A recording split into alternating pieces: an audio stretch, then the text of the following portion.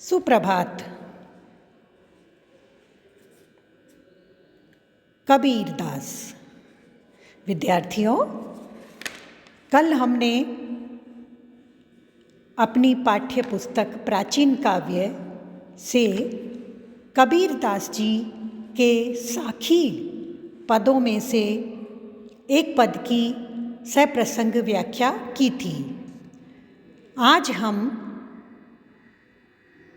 उनके पद संख्या 5 और पद संख्या 6 जो आपकी पाठ्य पुस्तक के क्रम में हैं, उन्हें व्याख्या के लिए लेंगे। कबीरदास जी के बारे में जब भी बात की जाएगी, बहुआयामी व्यक्तित्व, बहुज्ञ, बहुश्रुत, घुमक्कड़, जिन्होंने वैराग्य का कोई जामा नहीं पहना, वैराग्य की कोई बाहरी परिभाषा नहीं दी, फिर भी जिनके रोम रोम में वैराग्य रहा। कबीरदास जी वो हैं जिन्होंने अपने जीवन काल में कर्मरत रहते हुए, परिवार का भरण पोषण करते हुए, परमपिता परमात्मा को प्राप्त करने के साधन में अपने मानसिक स्तर को लगाए रखा। आज हम उनके पद हम न मरे मरी है संसारा, हमको मिल्या जियावन हारा, इस पद की पहले व्याख्या लेंगे। व्याख्यार्थ प्रस्तुत पद आपके पटल पर उपस्थित हैं, आप देख सकते हैं और बोलकर मैं आपको समझा रही हूँ। हमने मरे मरी है संसारा, हमको मिल्या जियावन हारा। कबीरदास जी कह रहे हैं, हम न मरे, मैं नहीं मरूंगा, मरता हूँ, मैं नहीं मरता हूँ, मैं मरण धर्मा नहीं हूँ, मरी है संसारा, किंतु देख रहा हूँ कि संसार संचरण करते हुए निरंतर मृत्यु की ओर प्रस्थान कर रहा है। हमको मिल्या जियावन हारा। अब जो ऊपर कबीरदास जी ने कहा कि मैं नहीं मरता, संसार मर रहा है, क्योंकि मुझे जियावन हारा, सदैव के लिए अमरत्व प्रदान करने वाले परमात्मा की प्राप्ति हो गई है। यहाँ यह पंक्ति हमें विरोधाभासी लग सकती है कि क्या कबीर ने देह नहीं छोड़ी? क्या कबीर की देह हड्डी मांस मज्जा मेद से नहीं बनी थी? अवश्य बनी थी, किंतु इसी पिंड, इस देह रूपी पिंड से उन कबीर ने ब्रह्मांड के रहस्यों को जाना था, ब्रह्मांड के रचयिता परमात्मा को पहचाना था। अब न मरो मरने मत माना, ते मुए जिनी राम ने जाना। भक्त कबीरदास जी कहते हैं, जिन्होंने राम को नहीं जाना है, राम के नाम के तत्व को, सामर्थ्य को, सर्वशक्तिमान सत्ता को जिन्होंने नहीं जाना है, उनके लिए मृत्यु निश्चित है। किंतु मेरे लिए अब न मरो, मैं नहीं मरूंगा, और मरने मत माना, और मृत्यु का जो मत है, विचार है, वह भी मेरे लिए मिथ्या है। साकत मरे, जो शाक्त हैं, जो बाहरी उपासना के उपासक हैं, उनकी मृत्यु होती है। संत जन जीवे, क्योंकि संत जो हैं, जो संत भाव में भावित रहते हैं, जो मानसिक धरातल पर परमात्मा की प्राप्ति करने में लगते हैं, वो जीवे, वो सदैव जीवित रहते हैं। भरी भरी राम रसायन पीवे, और उनके सदैव जीवित रहने का जो मुख्य कारण है वो निरंतर, भरी भरी का अर्थ है रह रहकर, निरंतर लगातार राम रसायन पीवे, राम के भक्ति रूपी रस का पान करते हैं। यहाँ राम का अर्थ परमात्मा से है। परमात्मा की प्राप्ति के लिए जो लौ लगाई जाती है वह निर्गुण या सगुण किसी भी मार्ग से लगाई जाए वह रसायन बन जाती है, उससे रस की प्राप्ति होती है। हरि मरी है तो हम हूँ मरी है, हरि न मरे हम काहे को मरी हैं।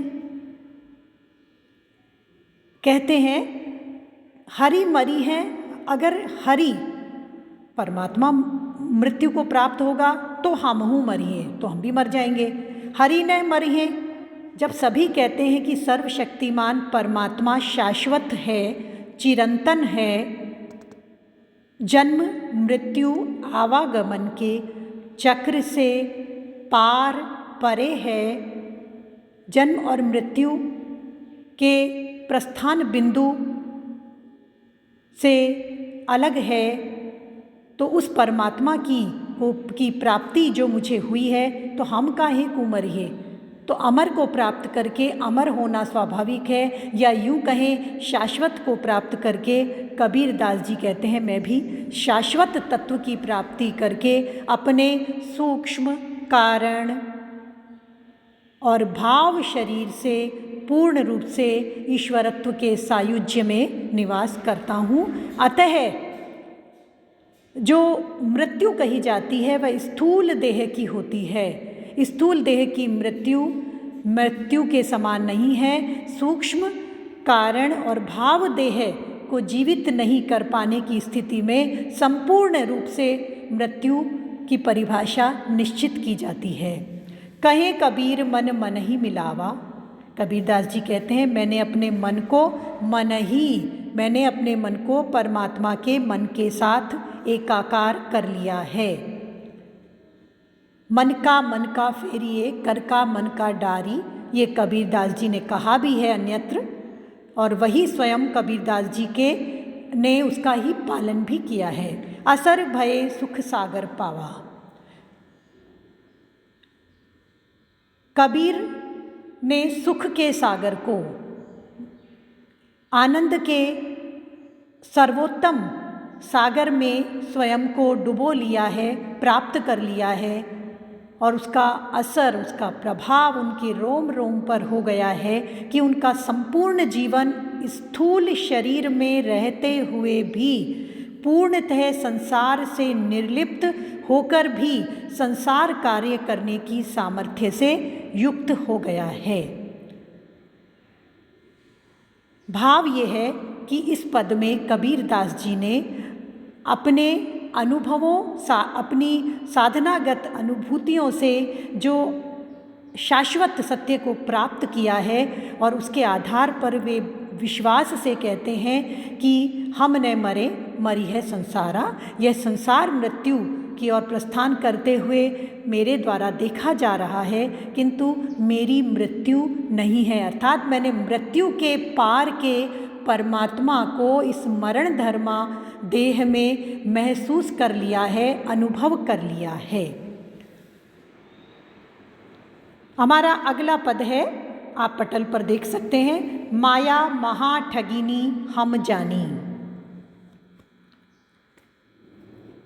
माया किस प्रकार से मनुष्य को ठगती है, किस प्रकार से अपने छल चक्र का प्रयोग करते हुए माया मनुष्य को भगवद प्राप्ति से दूर करती जाती है, उसकी सामर्थ्य कितनी अधिक है उसकी ओर संकेत किया है।